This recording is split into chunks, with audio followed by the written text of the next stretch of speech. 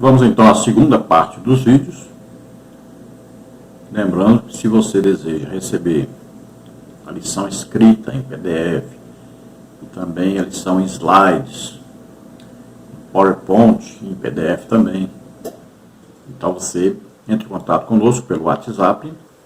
Meu telefone está aí, DDD do Maranhão 99, telefone 99152-0454. Então entre em contato conosco, nós incluiremos você em um de nossos grupos.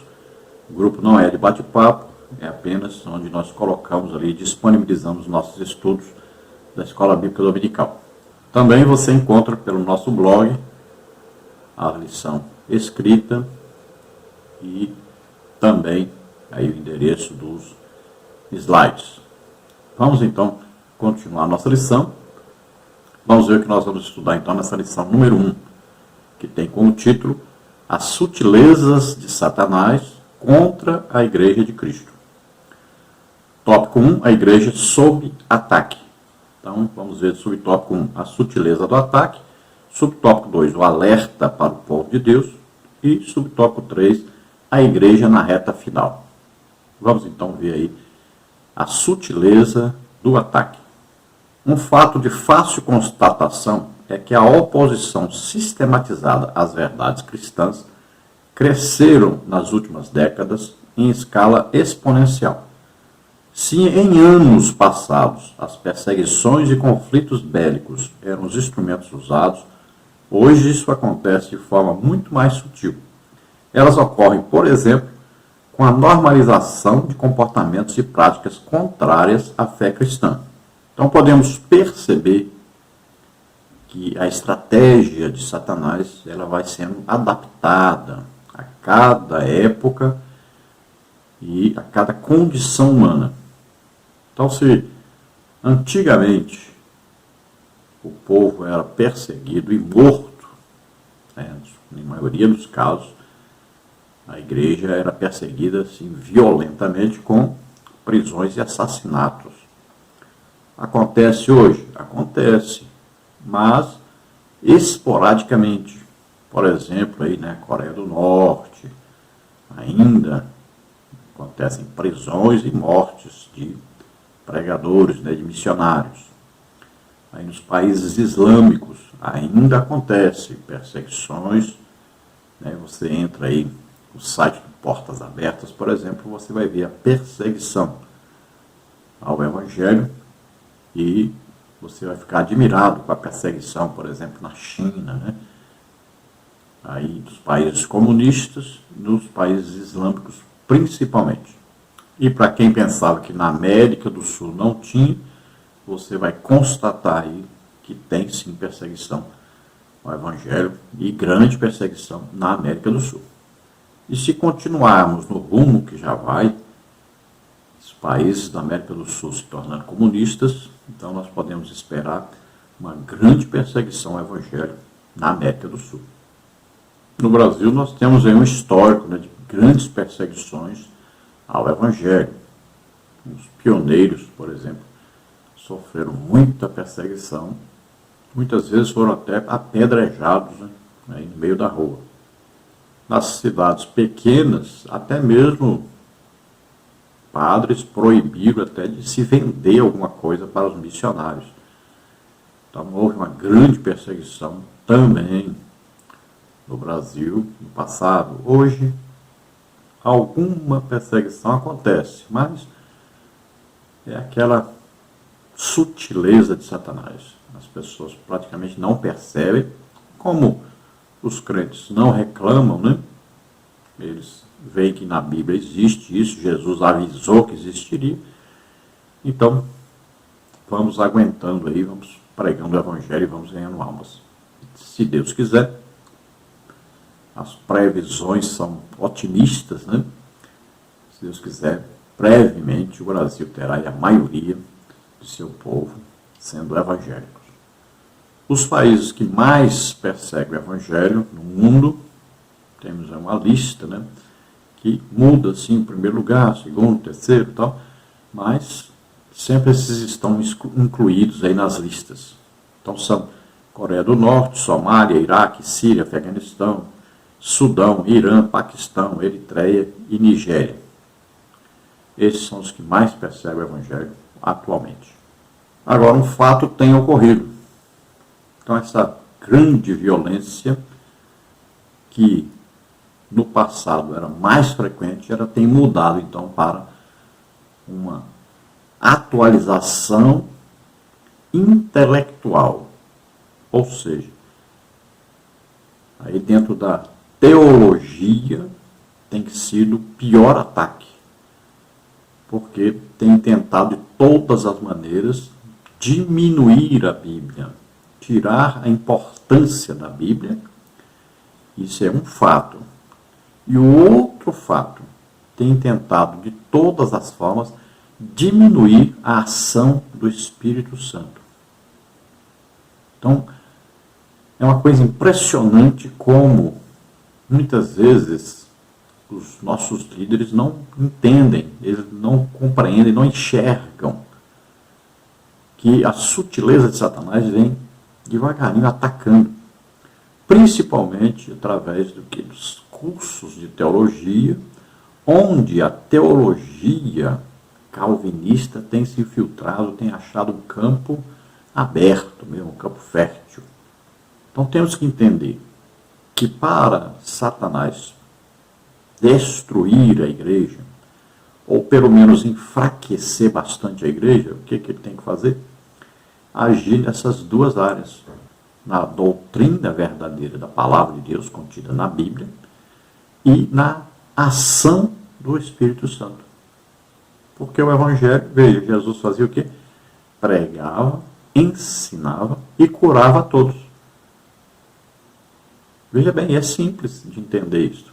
Então, Satanás vem exatamente nessas áreas aí, para confundir, para tirar a compreensão, para alterar a ação da palavra de Deus e do Espírito Santo. Então ele vai enfraquecer a oração, tirar os crentes da oração, né, do jejum e do estudo da Bíblia. Então aí vem o quê? As distrações. E aí vem as leis, né, que são feitas aí e são buscadas, apoiadas a todo custo, de conseguir colocar como lei qualquer coisa que vá contra a Bíblia. Então nós vamos ver a luta aí pela liberação de aborto, pela liberação de eutanásia, pela liberação aí da pena de morte. E são várias coisas. Eles vão tentando de toda maneira liberar sexualmente as pessoas, né? Fazer aí casamento de homem com homem, mulher com mulher, tudo que é contra a palavra de Deus. Então vão instituindo aí leis, normas, para atrapalhar, para fazer de tudo para diminuir a ação da palavra de Deus e do Espírito Santo. Então se chega ao ponto de se fazer leis hoje para se proibir que se prendam pessoas, ou então leis para soltarem pessoas que estão cometendo vários crimes, né? Aí leis que querem liberar aí a ação de entorpecentes, né? Liberação de drogas, de toda coisa, querem de toda maneira destruir a família, né? Apoiando cada dia mais aí separações, né, mais divórcios, e cada dia apoiar mais tudo que é contrário à palavra de Deus. No subtópico 2 nós temos um alerta para o povo de Deus. Um fato de fácil observação nas Escrituras é que Deus sempre manteve seu povo sob alerta. No Antigo Testamento, por exemplo, nada acontecia com o povo de Deus sem que fosse avisado. Os alertas e advertências sempre vinham. Isso pode ser visto tanto em relação a pessoas quanto a grupos, como nós vemos em Gênesis 37, 5 a 7, confere com 45, 5 a 8, 18, 17 e 18. Durante a monarquia, esses avisos e advertências vieram de uma forma muito mais intensa através do ministério dos profetas, como está em 2 de Reis 6, de 8 a 12, Isaías 3, 16 a 24, Ezequiel 7, de 1 a 27 e Daniel 10, 14. Na sua primeira carta a Timóteo, Paulo escreveu sobre o grande alerta que o Espírito Santo dava à igreja. O Espírito expressamente diz, 1 Timóteo 4:1, o advérbio grego retos, traduzido como expressamente, possui o sentido de claramente, sem sombras de dúvidas. O Espírito do Senhor, portanto, faz conhecido ao seu povo os perigos que o cercam. Então Deus sempre alertou o povo de Deus dos ataques de Satanás. Sempre houve, então, esses ataques. E sempre houve um povo de Deus na terra, nunca deixou de existir. E sempre este povo foi perseguido, sempre esse povo sofreu aí grandes ataques de Satanás. E sempre Deus esteve aí no controle, Deus esteve sempre avisando, né? Deus sempre esteve aí dando uma saída para o povo de Deus, para que o povo continuasse existindo. O próprio povo de Deus dizia, se não fosse o Senhor, nós teríamos sido destruídos, né? Então sempre houve esse cuidado de Deus com o seu povo. Veja o exemplo aí do sonho, né, de José, Deus avisando, né, Deus providenciando. Sempre Deus estava ali no controle e já avisava o que ia acontecer no futuro e como Deus livraria o seu povo. Nós podemos ver o profeta Eliseu, né, revelando onde os assírios acampariam para atacar o rei de Israel. Tudo isso que é uma providência de Deus. Deus mostrava ao inimigo a sua ação e assim o povo de Israel poderia escapar desta ação. E sempre Deus estava cuidando do seu povo. Quantas guerras Deus mesmo venceu sem precisar nem o povo atacar alguém ou matar alguém. E a palavra de Deus diz, né, que Deus sempre quando vai fazer alguma coisa, então ele usa os seus profetas para avisar o que vai acontecer antes que aconteça. E até mesmo o juízo de Deus quando vai acontecer, Deus avisa primeiro. Então Deus quer sempre que aqueles que estão vivendo em pecado se arrependam e sejam salvos, sejam livres de passarem pelo juízo. Veja que coisa maravilhosa Deus colocar Daniel para cuidar do seu povo, né, lá na Babilônia. É um grande exemplo dessa providência, desse cuidado de Deus com o seu povo, protegendo o seu povo do inimigo. Veja aí o caso da rainha Esté, por exemplo. Deus usando para livrar o seu povo de uma grande destruição. Então é muito significativo aí 1 Timóteo 4:1, dizendo que o Espírito Santo diz expressamente, ou seja, ele diz claramente, ele avisa claramente. E aí para nós, então, na nossa época, o Espírito Santo vem avisando claramente como está a ação de Satanás e nós podemos vencer exatamente através do Espírito Santo, do poder do Espírito Santo, da ação sobrenatural do Espírito Santo. Então a igreja tem que passar a orar mais. Então nós estamos muitas vezes nos dedicando muito ao estudo só da palavra de Deus e nos esquecendo da oração. Tem que haver a união dessas duas coisas, porque o Espírito Santo vai revelando a palavra e vai tornando essa palavra viva em nossa vida e no nosso cotidiano, no nosso proceder, em tudo. Então precisamos orar mais. A igreja está orando muito pouco, precisamos aumentar esta oração. E nunca foi segredo para nenhum crente que sempre temos que unir oração, jejum, estudo da palavra de Deus e evangelização. Essas coisas são importantíssimas e não tem como fugir disso. Esse é aí o motivo da igreja estar na terra e é o desejo de Deus para todos os crentes. Subtópico 3, a igreja na reta final. A sutileza de Satanás ao atacar a igreja de Cristo é um fato claramente revelado pelo Espírito Santo. Deus preveniu a igreja de que isso aconteceria. Não há razão, portanto, para surpresas. Foi previsto e registrado nas Escrituras. Além desse fato, o Senhor também mostra que isso aconteceria nos últimos tempos. 1 Timóteo 4:1. A expressão últimos tempos é uma referência ao período compreendido como sendo a era da igreja. Nesse aspecto, o apóstolo Pedro diz que o derramamento do Espírito fazia parte dos eventos dos últimos dias, Atos 2:17. E de forma semelhante, o apóstolo Paulo descreve como os homens se comportariam nos últimos dias, como está em 2 Timóteo 3, de 1-7.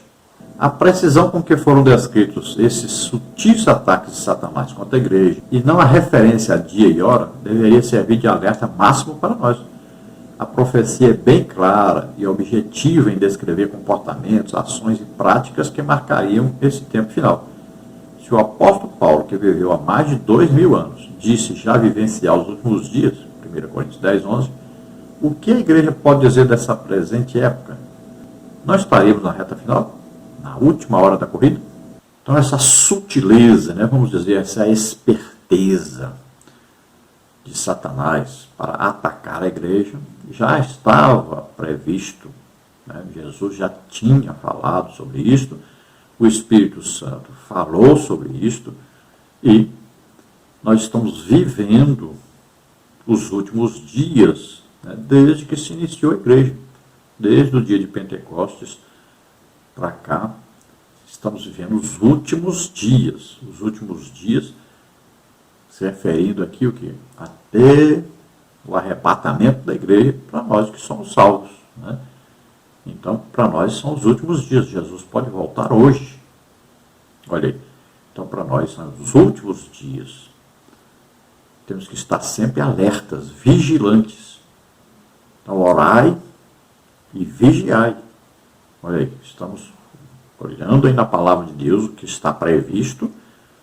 Estamos olhando para o mundo que essas coisas que estão previstas estão acontecendo. Então, nós permanecemos em oração, vigilantes e em oração, para podermos passar por isso e sermos vencedores, mais do que vencedores, porque estaremos para sempre com o Senhor. Então, veja que o derramamento do Espírito Santo, previsto pelo profeta Joel para os últimos tempos, aconteceu na inauguração da igreja, no início da igreja aconteceu esse derramamento, em parte. Sabemos que lá no milênio haverá um grande derramamento do Espírito Santo sobre toda a carne. Então esse é o primeiro derramamento. E aconteceu, então, no dia de Pentecostes, e de lá para cá, esse derramamento é contínuo. É uma cachoeira que nunca para de cair água. A água vai se movimentando. Então a igreja vai recebendo, vai sendo cheia. E a ação do Espírito Santo é contínua. Não parou. Então o Espírito Santo continua trabalhando, aí enchendo os crentes, movimentando os crentes, guiando os crentes, dando poder aos crentes, assim como fazia com Jesus, quando Jesus estava aqui na terra como homem. Ele era guiado pelo Espírito Santo, e era cheio do Espírito Santo e se movia através do Espírito Santo. Ele fazia o que? Sinais, prodígios, maravilhas, sempre através do Espírito Santo, assim como a igreja deve fazer e continuar fazendo. E o apóstolo Paulo, então, recebe uma revelação do Espírito Santo falando como seriam os homens nos últimos dias. E são os dias que nós estamos vivendo. Veja aí a lista que ele dá e nós vamos ver que realmente está acontecendo isso. Olha aí. Sabe, porém, isto, que nos últimos dias sobrevirão tempos trabalhosos, porque haverá homens amantes de si mesmos, avarentos, presunçosos, soberbos, blasfemos, desobedientes a pais e mães, ingratos, profanos, sem afeto natural, irreconciliáveis, caluniadores, incontinentes, cruéis, sem amor para com os bons, traidores, obstinados, orgulhosos, mais amigos dos deleites do que amigos de Deus, tendo aparência de piedade, mas negando a eficácia dela. Destes, afasta-te, porque deste número são os que se introduzem pelas casas e levam cativas mulheres nécias carregadas de pecados, levadas de várias concupiscências, que aprendem sempre e nunca podem chegar ao conhecimento da verdade. E como Janes e Jambres resistiram a Moisés, assim também estes resistem à verdade, sendo homens corruptos de entendimento e réprobos quanto à fé. Não irão, porém, avante, porque a todos será manifesto o seu desvario, como também o foi o daqueles. Então veja aí as características dos homens dos últimos tempos, e nós vamos ver que são exatamente as características dos homens que vivem em nosso tempo. Então isso é a prova, uma comprovação que a palavra de Deus está dizendo corretamente como seriam os últimos dias e que nós estamos realmente vivendo esses últimos dias. Então, estejamos alertas. Oração, jejum, estudo da Bíblia e evangelização. Vamos levar o máximo de pessoas a serem salvas antes que venha o arrebatamento e depois venha a grande tribulação, onde haverá uma grande destruição. Vamos então ao tópico 2 na lição, a natureza do ataque. Subtópico 1, o ataque é de natureza espiritual. Em sua exposição, o apóstolo faz referência a espíritos enganadores e demônios, 1 Timóteo 4:1. Não há nenhuma dúvida que é uma referência aos espíritos maus, aqui também chamados de demônios. Isso revela a natureza dos agentes envolvidos nos ataques que são feitos à igreja. Satanás e seus demônios. Os maiores inimigos da igreja são seres sobrenaturais. Nesse sentido, podemos também dizer que a natureza desse ataque é espiritual. De fato, ao escrever aos Efésios, o apóstolo Paulo diz que a nossa luta não é contra carne ou sangue, mas contra os principados e potestades do mal. Efésios 6:12. Então veja que a referência é clara aí, falando a respeito do inimigo, indicando quem são os nossos inimigos. Então sempre aí indicando Satanás e seus demônios, seus seguidores, que são a terça parte dos anjos, que Satanás conseguiu arrebanhar para o seu lado. Então são os nossos inimigos espirituais. Veja, se a luta é espiritual, porque os nossos atacantes são espirituais, aqueles que nos atacam são espirituais, são seres sobrenaturais, espirituais. Então a nossa luta é espiritual. E o apóstolo Paulo diz que nós não temos que lutar contra pessoas. Então não são lutas aí contra as pessoas que estão vivendo o pecado. Nós temos que lutar contra o pecado. Então, veja bem, os inimigos verdadeiros são os seres espirituais, Satanás e seus demônios. Então eles fazem o quê? Eles entram nas pessoas e começam a influenciar a ação dessas pessoas. Então, isso lá no mundo, nós já sabemos, é fácil de compreender e de ser visto, e de ser percebido.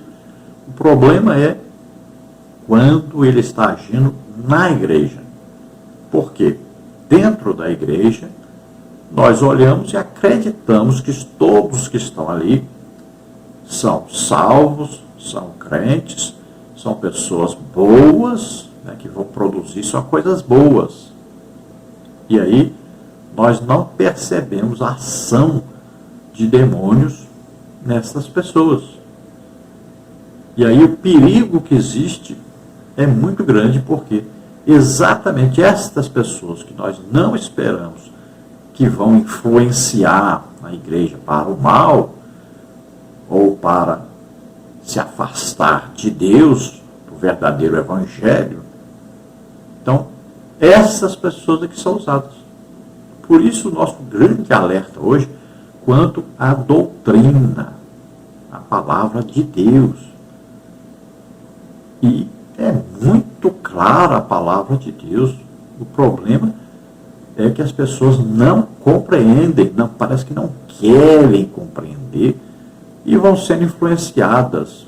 Parece que a pessoa pensa assim que Satanás vai chegar e vai falar com ela, não, você vai matar agora, vai roubar agora, você vai fazer isso. Não. A ação é sutil, está dentro de quê? Das doutrinas, está dentro da intelectualidade. Pode ver que a igreja tem cada dia mais o quê? Se esfriado. E cada dia se multiplicam mais as denominações. Por quê? Primeiro, se a pessoa percebe que a igreja que está indo para o lado errado, ele sai desta igreja. Segundo, tem o outro caso, que é o caso das pessoas que vão sendo influenciadas por pessoas que estão vivendo de maneira errada e aí acabam deixando de congregar. E existe ainda o terceiro caso, que é as pessoas que estão dentro da igreja e que influenciam a igreja, mas estão com as ideias trocadas, estão recebendo educação contrária à verdadeira educação cristã. Por isso nós temos alertado sempre e temos tido um grande prejuízo. Cada dia mais essa doutrina calvinista tem invadido a Assembleia de Deus, porque os líderes hoje da educação da igreja estão contaminados. É só intelectualidade e mensagens que vão aí amaciar o ego das pessoas, né, que vão prometer coisas que não vão acontecer, né, só coisa boa, só pode falar o que agrada as pessoas, não pode falar do pecado das pessoas, né, e as manifestações do Espírito Santo não podem. Então veja só, estão torcendo a palavra de Deus, estão torcendo a verdadeira maneira de se ensinar e de se pregar a palavra de Deus, e as pessoas vão se acostumando com isso. O verdadeiro evangelho está sendo trocado por música e só mensagem de autoajuda. Então isto é uma ação maligna que está acontecendo na igreja e parece que não está havendo percepção dessas coisas. Parece absurdo, mas é verdade. Nós não temos hoje na igreja pentecostal, por exemplo, a Assembleia de Deus, nós não temos nem a metade do povo batizado com o Espírito Santo. Nós não temos nem 1% da igreja com dons do Espírito Santo. Isso é um absurdo. É uma coisa tremenda que parece que as pessoas não estão enxergando a realidade. Está havendo uma grande perda espiritual. Então, se parece que está tudo bem, e as pessoas vão engolindo isso aí, vão vivendo assim. E estão vivendo em pecado. Estão bebendo bebida alcoólica, estão frequentando as festas mundanas, estão nos filmes pornográficos, estão aí vivendo sem se casar, em prostituição, em adultérios, e vão continuando.